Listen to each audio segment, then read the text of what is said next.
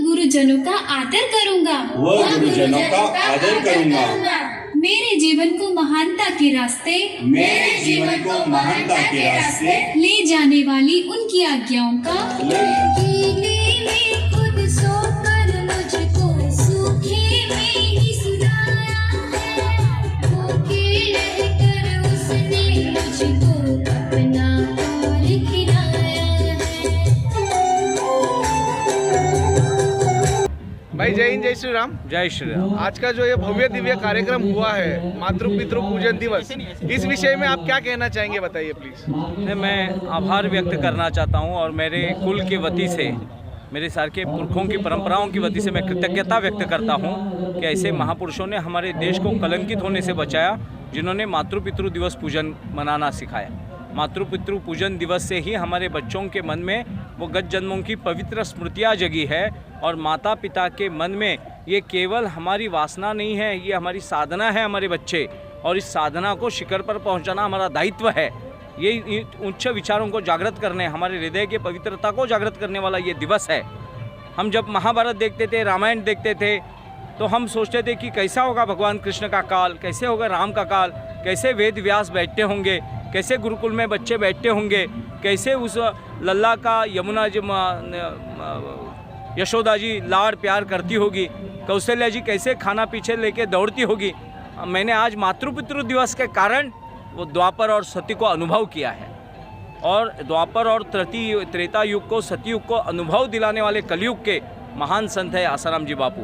मैं उनका आभार व्यक्त करता हूँ और पश्चाताप और क्षमा प्रार्थी हूँ कि हमारे देश में हमारे संत, जो हमारे भारत के शिखर पुरुष है और नींव भी है, वो कारावास में है और सारे भोगी और रोगी डाम डोल में घूम रहे हैं। सर ऐसा कैसे हुआ कि धनंजय सर देसाई ने ही आवाज़ उठाई, बाकी किसी पार्टी या किसी संस्था या किसी संगठन ने नहीं उठाई? जी, जैसे कि एकमात्र आसाराम बापू जी को ही संकट में लाया गया, जैसे एकमात्र राम को ही बदमाश भुगतना पड़ा, केवल 5 पांडवों की ही विटंबना हुई, एक ही सीता को अग्नि परीक्षा देनी पड़ी, वैसे ही बापू एक ही है और बापू के 14 करोड़ साधकों का मैं प्रतिनिधि हूँ। जैसे संतों की पार्टी है इसमें भारतीय जनता पार्टी, उन्होंने बापूजी के लिए कुछ किया या नहीं किया, इसके विषय में आप कुछ चर्चा दे सकते हैं? नहीं, उसके किया तो प्रत्यक्ष अनुभव जब आएगा तो ही हम बोलेंगे किया करेंगे। देखिए, बापू जब बाहर थे तो सारे नेता उनके चरणों में थे।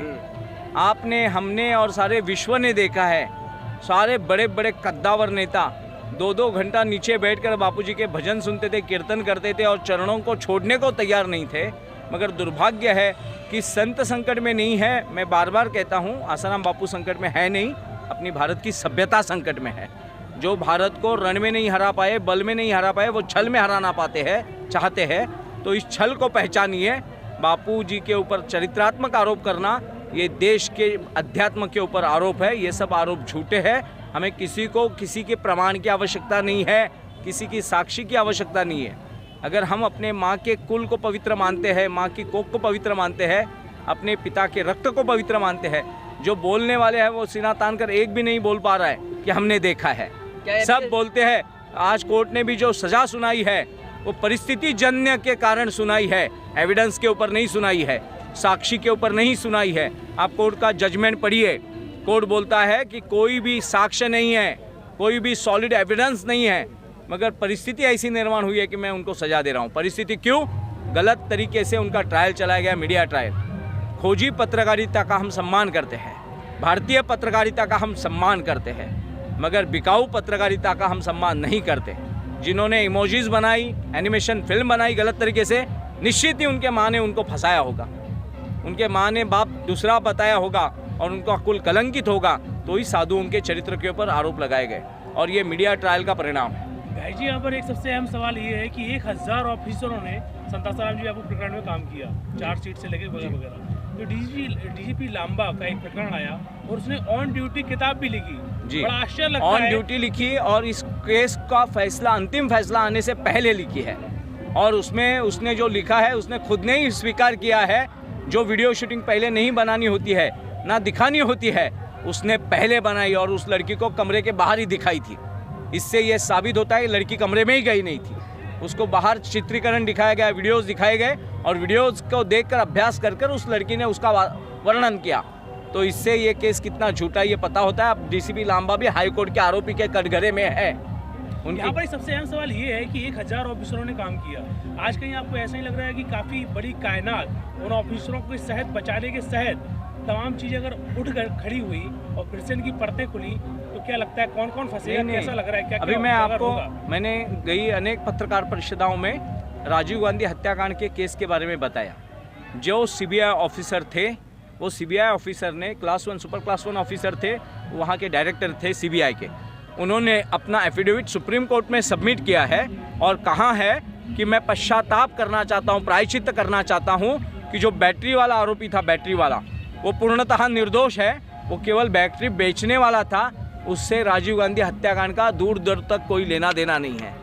एक सीबीआई का रिटायर्ड डायरेक्टर अगर पश्चाताप और प्रायश्चित्त करता है तो ये झूठ केस बनाना था, इसीलिए 1000 आरोप दिमाग लगाने पड़े, क्योंकि झूठ के बाप सैकड़ों होते हैं, सत्य का परमेश्वर होता है। अच्छा, यहाँ पर स्वामी जी सबसे अहम सवाल आपको नहीं लग रहा है कि ये इस पक्ष को ना पैड मीडिया उठा रही है और बात रही जो प्रसार माध्यम है वो भी एक प्रकार से दबाव में, आज उसके तहत आप देखिए 9 साल से प्रकरण चल रहा है, क्या आपके पास सरल योजना है कि तेजी से सब तक पहुँच सके, कि लोग जागृत हो सके? जी, आपके माध्यम से, मीडिया के माध्यम से ये सारे चैनल्स लगे हैं, अपने अपने मोबाइल लोग खड़े किए हैं, लोग फेसबुक पे है, व्हाट्सएप पे है, ट्विटर पे है, इंस्टाग्राम पे है, सारों का कौटुंबिक पारिवारिक दायित्व है कि संतों के सदाचार संपन्नता का सुप्रचार करना।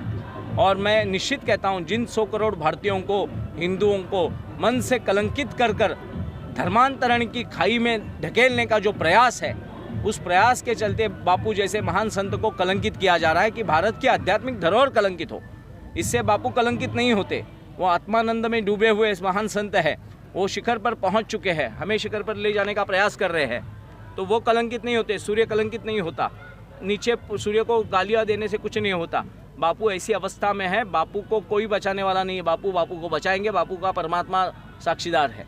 तो हमारा दायित्व है अपनी साधना बढ़े, अपने कुल के रक्षण करे, हमारी परंपरा, हमारी पुरखों के नाम जो आप बताते हैं, देसाई, शर्मा, वाघमारे, सावंत, यादव, मिश्रा, यादव, ये सब सरनेम आपके बचे, इसके लिए जो कोई काम कर रहे हैं वो बापू कर रहे हैं। भाई जी, सबसे अहम सवाल, बड़ा आश्चर्य लगता है, चलिए ठीक है आपने बताया कि हम बचें और वो साधना में उन्नति हो, लेकिन एक वो समाज है जो बिल्कुल निर्दोष है, बेचारा सब सुन रहा है, लेकिन किसी के प्रोपेगेंडा के तहत बहकावे में आ गया है, वो कैसे बचे? दूसरा, उनको फील कैसे क्यों नहीं हो पा रहा है? नहीं, अब फील हो रहा है। मैंने जितनी उत्तर भारत में पत्रकार परिषदें ली है, उसमें अब पत्रकार भी मुझे ऑफ द रिकॉर्ड आकर बोलते हैं कि सरासर झूठा आरोप है, इतना बवंडर मचा गया। हम तो पत्रकार है भाई जी, तिरछे प्रश्न पूछते, आप बुरा मत मानिए। मैं बोला बुरा क्यों मानूंगा, केवल आप आपकी पत्रकारिता और पत्रकारों में लिखिए। तो लिखने वाले पहले आशाराम, संत आशाराम लिखते थे, अब आशाराम जी बापू लिखते हैं। अब संत आशाराम जी बापू हर पत्रकार लिखने लगा है। दैनिक भास्कर जैसे पत्रकारों ने, जागरण जैसे पत्रकारों ने, राजस्थान पत्रिका ने और अनेक अंग्रेजी पत्रकारों ने संत आशाराम जी बापू लिखना शुरू कर दिया है। यही हवा का रुख बदल चुका है। जैसे कि भारतीय लोग छल को बड़े अच्छे से पहचानते हैं, मगर साधुवाद और सात्विकता से भरे हुए लोग हैं, तत्काल तीव्र प्रतिक्रिया नहीं देते हैं। वो 14 वर्ष तो राम जी ने भी भोगे, अब उनके पीछे बापू ने भोगे हैं, तो ये तो भुगतना होता है, अपने अपने कष्ट हरते हैं। सर, जिस तरह आप प्रवास पे निकले हुए हो, हिंदू राष्ट्र सेना इसके समर्थन में आई है, लगता है कुछ अलग करने वाले हो इसका? जी, हमें राजनीति का हिंदूकरण करना है, साधु संतों के राजाश्रय में रहने वाली राजनीति को हमें पुरस्कृत करना है, ना कि राजनेताओं के तलवे चाटने वाली राजनीति।